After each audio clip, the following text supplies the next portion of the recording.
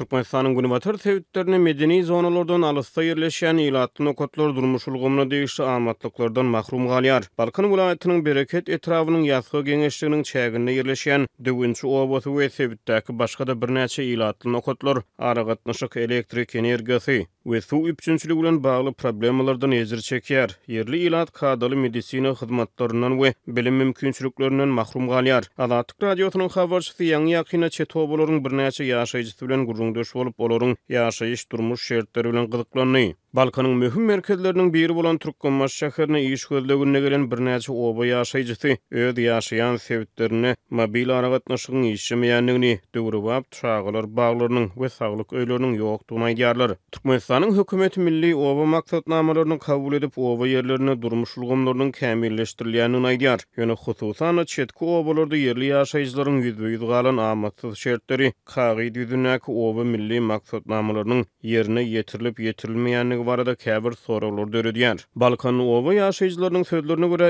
öz ýaşaýan sebitlerini 6 asyr mobil aragatnaşyk ulgamy işlemeýär. Döwünçi obasynyň ýaşaýjylary mobil aragatnaşyk hyzmatlarynyň peýdalanmak üçin onlarça kilometr ýol sökmeli bolýarlar. Adamlar temeseliň antenna tutýan ýerlere baryp jaň edip bilýärler. Suw meselesi hem agyr mesele. Adatdan naşary näsaglyk ýagdaýy ýüze çykan halatyny tiz kömek çağırmak hem kyn. Çağıran ýagdaýynda hem tiz kömek gelmeýär.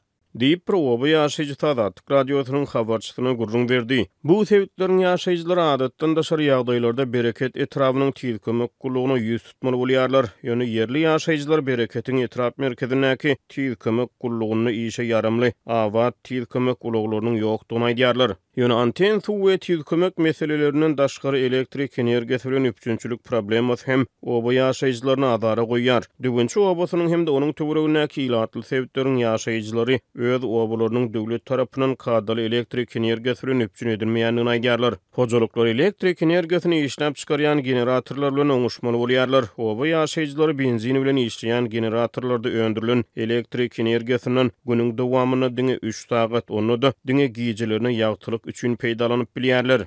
Bu obalarda ýaşaýan adamlar orta asyrlaryň durmuş şertlerinde ýaşaýarlar, güderan aýlaýarlar. Diýip bir oba ýaşaýjysy gurrun berdi. Ol hojuluklarda doňduruculardan peýdalanylmaýanlygyny, et önümleriniň kak edilip duýulanyp ýa-da gowurulyp saklanýanlygyny gurrun berdi. Ýanyş serişdelerine baý Türkmenistanyň Günübatyr sebitlerine ýerleşýän çetki obalar tebii gaz bilen üpçün edilmeýär. Adamlar odun, sadak ýakyp nahar geçirýär. Kış paslyny odun ýakyp ýylanýar.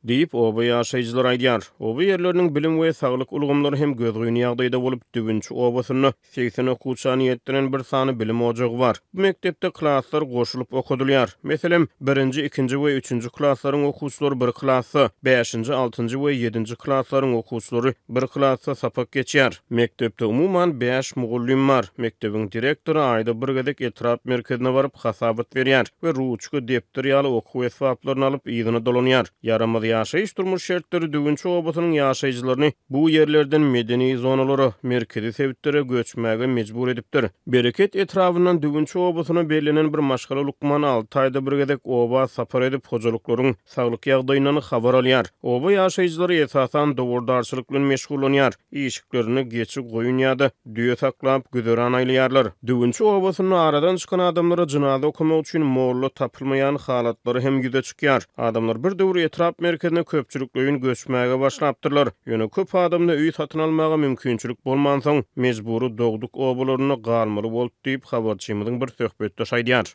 Döwünçi obasy Bereketiň etrap merkeziniň 220 km töwere uzaklykda ýerleşýär. Bu oba iň ýakyn medeni zona takminan 130 km aradaşlykda ýerleşýär.